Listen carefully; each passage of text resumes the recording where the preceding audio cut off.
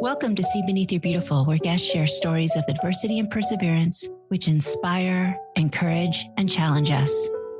We embrace these tough conversations, intimately exploring our loves, fears, and hopes with a delicious combination of depth and lightness. I go by Coach J, Mr. J, Any J. I am currently a betrayal trauma practitioner. I help people help themselves by going through the steps and the process to move through the stages and phases of trauma caused from betrayal. Now, it doesn't have to be caused from betrayal. It could be trauma in any capacity. And what got me into this field, a few years ago, I lost my father rather quickly. And when I mean quickly, I mean I was talking to him one day, and 4 days later, I was burying him. So I lost him rather quickly. And because that loss was so quick and tragic, it stirred up a lot within me. And I remember falling asleep one night and waking up a couple hours later, smelling smoke in my house. And so I went around to the rooms of my house and nothing was on fire. There was no smoke at all. Mm-hmm. And what immediately came to my head was when I was 6 years old, we had a house fire. And that made me realize that my father's death is causing a lot of unhealed childhood trauma to come up. So I was a coach at the time. I do coaching with what's called intrapersonal relationship coaching. That's the relationship people have with themselves. The relationship you have with yourself sets the tone and standard for all relationships around you. But after that, that's when I really started looking into trauma coaching, which led me into more of the niche betrayal trauma. But anyways, after our house burned down, when I say our house burned down, I mean, we left for the weekend with a full intact house. And we returned a few days later to a chimney in our driveway. Oh, wow. We lost everything. We had to reach out to the Salvation Army for help. We tried to stay with some family. That family were not nice. So there was, a lot of trauma on top of trauma.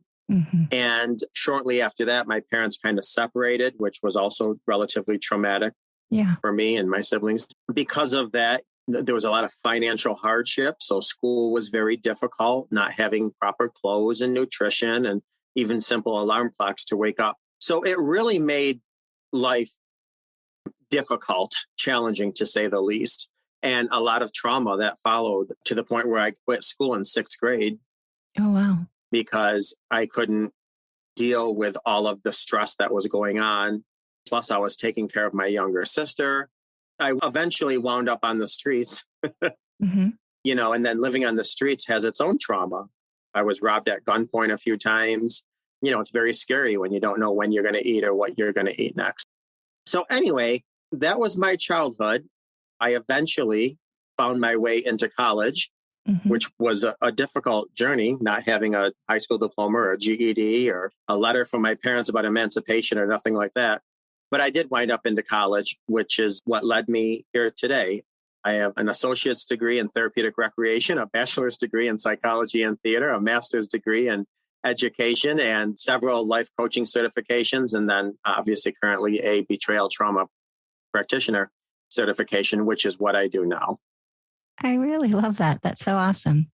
Even if you don't delve into your calling will find you. We don't necessarily find our purpose through our passions. We find our purpose through our pain. Right. And organically, it will find you if you don't seek it out. Now, that doesn't mean you don't have to put the hard work into your purpose. But if you listen to that small voice inside you, which I understand when you go through trauma, it's very difficult to listen to that small voice inside you.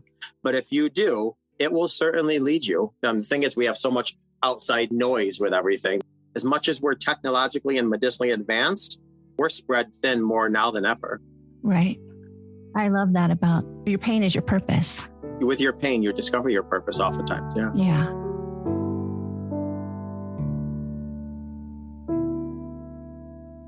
Did you seek help at a younger age to handle the trauma? How did you handle all that trauma? I mean, what tools did you have? Well, here's the deal. Trauma, I equate it a lot of times like lava. Actually, I equate it to a kink in our body, that's also lava. And if you don't work it out, just like lava, it will move throughout your body. And again, just like lava will destroy everything in its path. I see. Have you ever gone to get a massage? And initially you're thinking, oh, I can't wait till my massage. I'm going to lay there and it's going to be so comfortable. My gosh, I so deserve a massage. And then you lay on the table and they start putting their elbows inside your back. You're almost on the verge of tears. And you're thinking, I'm paying for this? I've actually had to like Lamaze breathe through them. I totally hear you. They're breaking down these kinks in your body that you can eventually rid them. Trauma healing is not fun, just like a body massage oftentimes isn't, but it's necessary because if not, those lava kinks will move its way around your mind, body, soul, and life. And just like lava, destroy everything in its path because there's people that are 20, 30, 40 years out of trauma. And you can see in their life how trauma is still disrupting and disturbing parts of their life, not only on the inside of their bodies, but on the outside with jobs, with relationships, with their relationship to a higher power or themselves. So you really got to do the hard work with trauma, and it's not easy. Yeah. I remember telling one counselor that I don't want to be a victim of my past. I don't want to say that the childhood sexual abuse, I don't even want to think about it because I don't want to be a victim. And she helped me realize that I need to talk about it and I need to face it because I'll always be a victim of it. I didn't get that for a long time. And I think talking about it and changing the narrative gives us back what was stolen from us. Yes. And that's our choice because you would have never chosen to be abused. So when we talk about it with different narrative, we're empowering ourselves and we're giving our back choices, and those choices and empowerment was stolen from us. There was so much shame, and now there's no shame because I realize, of course, it's not my fault, but I didn't know that because the 7-year-old believed it was her fault. I'm just always encouraging of people to deal with their trauma and not just ignore it like it didn't happen. Yeah. And you know something, just in general, children do internalize and personalize things. Right. If you have a child that's young, 6, 7, 8, 9, 10, and they're hearing their parents argue, even let's just say about money, one of the first things the child is going to think about is, did I have 3 bowls of cereal today? Maybe I shouldn't have. Maybe I should have had just one. So they internalize things. Yeah. If you're sexually abused, well, did I ask for it? Was I wearing something that I shouldn't? Was I doing something I shouldn't have? You start internalizing and personalizing things. What happens is some of the survival tactics that we needed after abuse, if we don't address them, they eventually evolve and morph into our personalities. Right. And then we take that personality into relationships, jeopardizing and jading them from the get. And that's not who you are. That's who you've become based on your experiences. And the story you're telling yourself. I felt like my mother didn't do anything. And so I believed I wasn't worth doing anything about that story, which I know is not true and don't feel that way anymore. Yeah. But that took some time and some work. Oh, absolutely. And man, when you talk about work, you're talking about ironing out a lot from forgiveness to sadness to anger to there's a lot. And within those stages and phases is a ton underneath. Healing is like a iceberg. You might see the 10% above water, but man, that 90% is all underneath. When I'm talking about anger, acceptance, forgiveness, grief, those are all that 10% on top. And a tremendous amount of work underneath goes into each of those. Yeah. The longer you have experienced trauma and the longer that you've self-dialogue, self-narrated, the more that you have to undo those tightly wired ball of untruths. And it can be very unstable because in a lot of ways, we held on to things because it helped us survive. Right. And so now you have to undo those. There's a time where you almost feel, oh my God, I feel unsafe when you're trying to undo trauma. And what do we want to do as human beings? We want to go back to what's familiar. Right. So let me go back to the way I was believing before. Let me go back to those benefits I was getting before by staying where I was, although there were counterfeit benefits. And also, it's sort of your identity. I was a victim of childhood sexual abuse. My mother died young. That's who I was. What am I without that? I had to rediscover. So I think that's part of it. Yes. And one of the there's many challenging parts with that, but one of the challenging parts with that is we are human beings, but far more than that, we're human evolvements. So when you are discovering who you are, by the time you get a good grasp on who you are, you've already evolved again and have to start renewing your bridge to that new person. Because listen, you're not the same person you are today than you were 5 years ago. You're not going to be the same person 5 years from now. You have to continually get to know who is this new person. And that takes a lot of work, a lot of introspection. In this day and age, when we're pulled in so many different directions, unfortunately, the last person we want to take time out and think about is ourselves. Yeah. We're busy. I thought I just needed to talk to one more person, understand it a little bit differently, and then I'll be healed. It's a journey. Like you said, I will keep becoming and evolving. And that's just really beautiful, actually.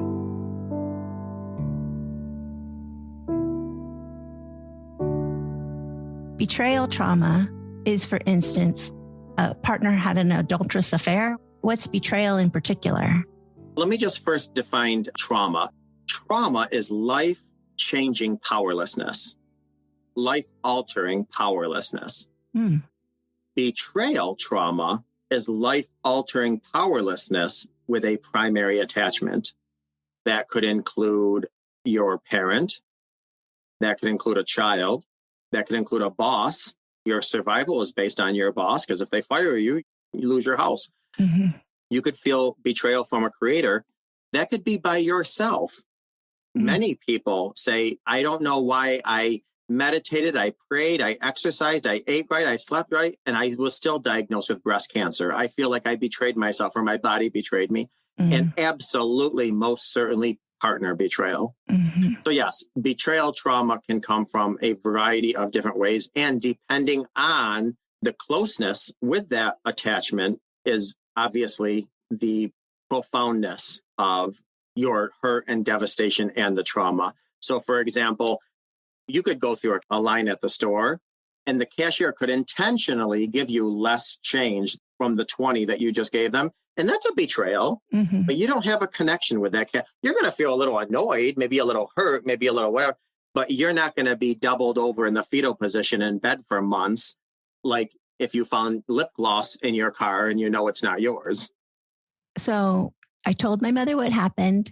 I feel like she didn't do anything about it because the person was still allowed to come over. I don't know what she did about it. I was only 7. I know we never ever talked about it again. So that felt like a betrayal. Most definitely. Although time and mothering myself has totally helped me forgive my mother and understand that it was a chaotic house with 6 kids. She was a single mom. I just totally forgive her, but that wasn't true for the majority of my young adulthood. And so how would you have helped me? Well, a couple things. First of all, I would have probably had you write yourself a letter from your mother's perspective. That would have been much faster than the way I did it. How did you do it? Well, I got there, but it took 30 years or whatever. You know, I've parented, I struggled, I didn't always do the right thing. And I saw it from her perspective, but it took me living it, not just thinking it. Yeah. You know, one of the things that I try to live by, do your best to look at people's intentions, not their behavior. Right. People's behavior is always going to frustrate you, let you down. Try to look at people's intentions. Let's just say in your case, 10 years ago, maybe I would have asked you, do you think your mom got up in the morning and said, yes, I'm going to hurt my daughter by allowing this person to come to the house? Right. Right. I know that's not true. Now, her behavior was sad. Her behavior was scary. Her behavior was frustrating. But the focus of her intentions would be the game changer. I really love that. Thank you. That will help in the future. I've come to a point in my life where I assume that everybody is doing the best they can with what they have. Like Maya Angelou says, I did what I did then based on the tools and the knowledge then. Right. Now I have different knowledge, different tools, different understanding, different education. I would make completely different decisions. Having been on the other side of sexual abuse myself, the abused, And no matter what, I shouldn't even use me as an example. Since we've been talking about your mother, we'll stay with that. Sometimes just telling yourself they did the best they could with the resources they had. It wasn't your choice. You didn't have to like it, love it, respect it, emulate it, but simply to understand they did the best they could at the time. I truly believe that. She married at 15. What did she know? And then she had 6 children and she was a single mom. There might be times in the future where, for whatever reason, something happens in your life where you might be triggered with some type of anger or hurt or something with your mother. And you're going to have to go to your toolbox and say, no. We're going to deal with it this way because I don't want to have resentment and animosity and hurt and anger towards my mother. Will you talk to me about triggers? I recently went to a retreat for women who have suffered sexual child abuse. And there were so many women who kept talking about triggers. I talk about it and somebody says, oh, let me just give a trigger warning first. This is how I've come to understand it. That what happened to me at 7 happened. It just is what it is. And then if I keep replaying it over and over in my head, I'm the one doing it to me. What happens when somebody's triggered? I'm not sure I know what my triggers are. I'm not sure I understand triggers. Well, let me just first and foremost just say this about the point you just made. Other people give us pain. We give ourselves suffering. Right. That's it. Exactly. So if I right now were to call you frog breath, right? I gave you some pain, but it's up to you if you want to fester on what I said, get angry about it, repeat it 1,000 times, hate me, resent me, want revenge. So I gave you pain. It's up to you if you want to give yourself suffering. I'm so glad I get that. Somebody said something to me recently like that. And I was just like, well, that's how they think. I mean, he said something that could have offended me, but it didn't because I chose not to be offended. It's interesting how people can affect us. And it really does a lot of times come back to self-worth, self-respect, self-confidence, things like that. If you're driving down the road, and let's just say you accidentally cut somebody off and you don't even realize you cut them off. You did it accidentally, but all of a sudden they speed up in front of you and they stick their middle finger up at you. Somebody with low self-worth, low self-confidence, low self-esteem, they're going to be livid and they're going to speed up and road rage and whatever. Somebody that has a little bit more maturity, somebody more control, somebody with self-worth will just say, okay, I don't know what's up with that, but that's their life. Moving on. Let me just continue with my song and enjoy life. Right. So that's why it's very important to constantly get to know who you are yourself and do all those things. But anyways, getting back to your question, triggers, or what's also known as emotional flooding, can come out of nowhere. And I can get into that in a minute. Unexpected for any reason. And it immediately hits us in our nervous system. I see. And then what happens is our fight or flight kicks in. Now there's fight, flight, freeze, fawn, all these Fs.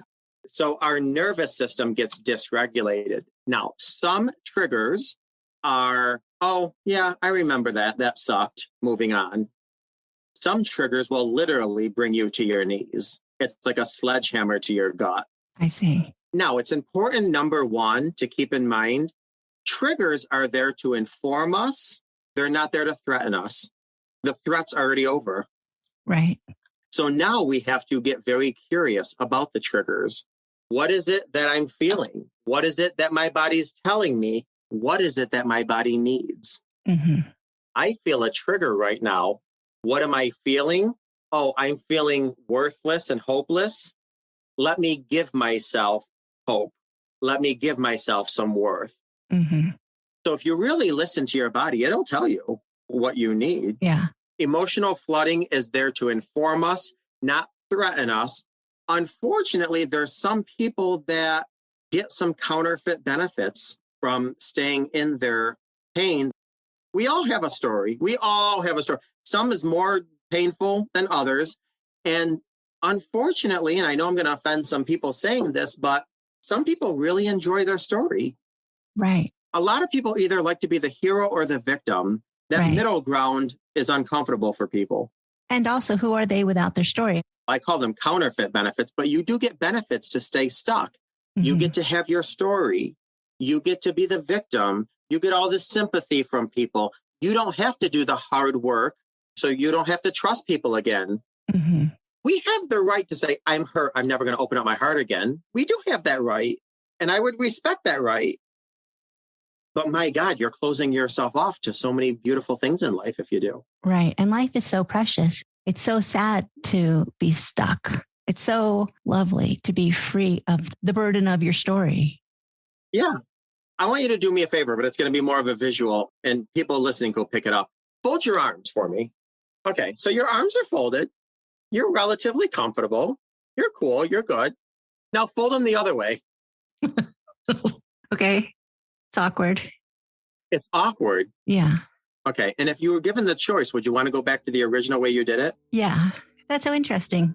This is a part of cognitive dissonance. And what we want is we want to go back to what feels familiar. Yeah. So when you are working out of healing trauma, you're constantly fighting against yourself to go back what's familiar. And what's familiar is your story.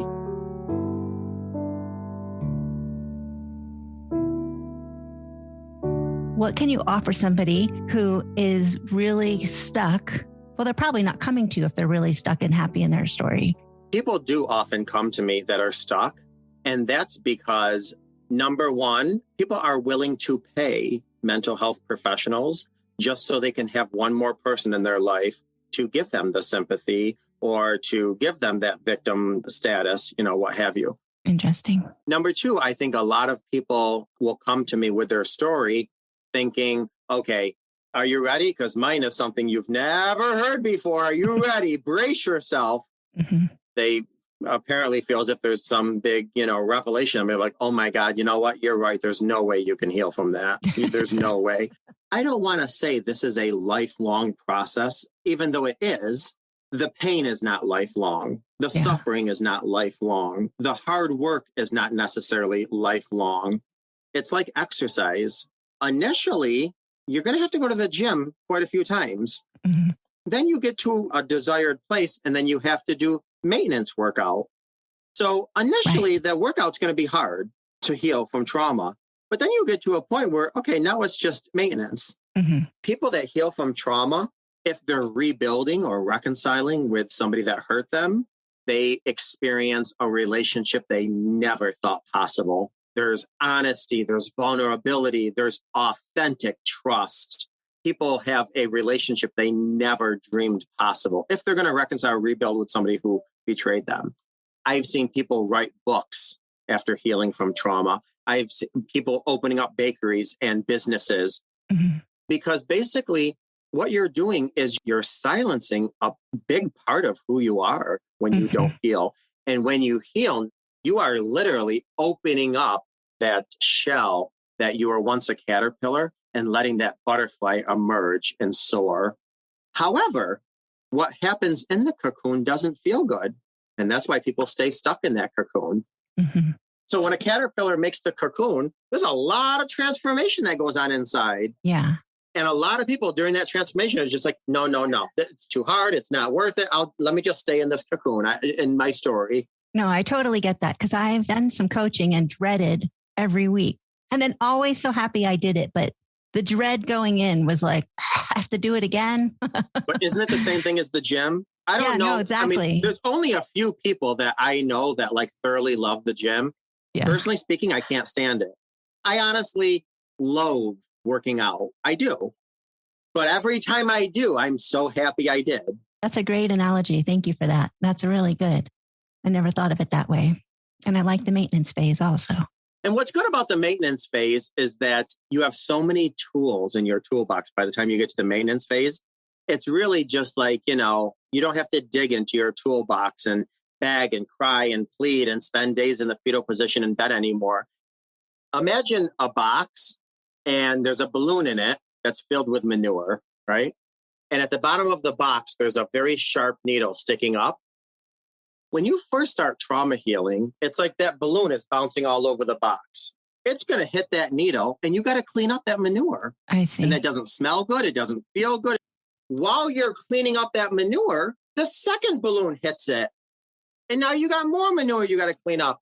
And just when you think you're done cleaning that up, the third balloon hits it.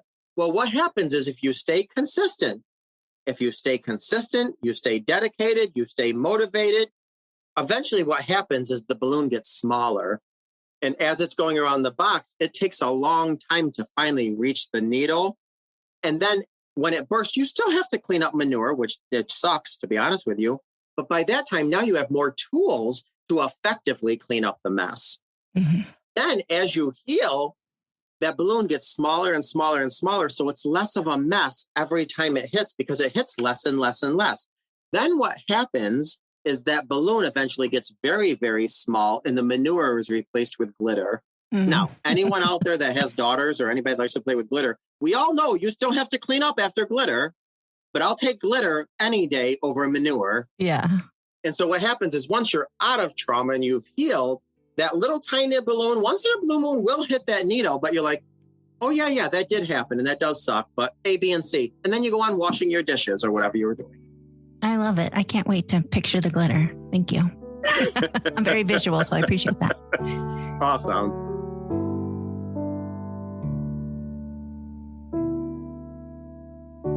How do you work with people? Do you do one-on-one? Do you do group coaching online? Do you have a book or a podcast? What are your tools to help people with? How can they get in touch with you? First of all, the only thing that I have, if you want to be honest, is a mirror. That's all that I have. I put a mirror in front of people and I am simply the captain of a large ship. It isn't going anywhere unless you are the one rowing and you're the engine and you're the motor. I can steer you in a decent direction, but your ship's not going anywhere unless you put in the hard work. Yeah. So I do sessions on Zoom. I help individual clients and also couples. I help a lot of couples too that are questioning, should I go? Should I leave? Should I stay? If I stay, how do we rebuild? How do we bring trust back into our relationship? I have a very easy to remember website, and that is mrjrelationshipcoach.com. But even if people don't seek me out to work with me or anything along those capacities, I have a lot of free resources on my website, including my YouTube channel, where every single day I upload tips, life hacks on dating, on trauma, on marriage, on separation, on divorce, on betrayal.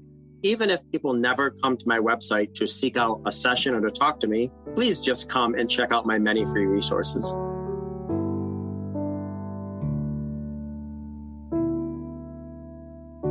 Be very, very careful expecting you from other people. So many times we catch ourselves saying, oh my Lord, why would they do that? Or common sense would say blah, blah, blah. Well, that's not common to them. Right. You know, every time I stay at somebody's house, it doesn't matter if it's a friend or a relative. Every time I stay at somebody's house, I'll hide like a $5 or a $10 bill somewhere in their room. I never tell them I do it. I never tell them where I never do anything. But I leave the house and I got a nice little smile on my face because I know one of these days they're going to come across that 5, that 10, that 20, and it's going to bring a smile to their face. And that brings a smile to my face. Now, when I open up my home to people, do I expect them to leave me money? No. So I'm not disappointed if they don't. So we got to be very careful expecting ourselves from others. That's a very good lesson. That's really great. Thank you. I appreciate all your insight. I really did enjoy this. Thank you so much. Absolutely. I appreciate your time. Thank you for joining us for this week's episode of See Beneath Your Beautiful, hosted by Hara Allison. And thanks for your ratings and reviews. We'll be back next week with a new episode. Stay tuned.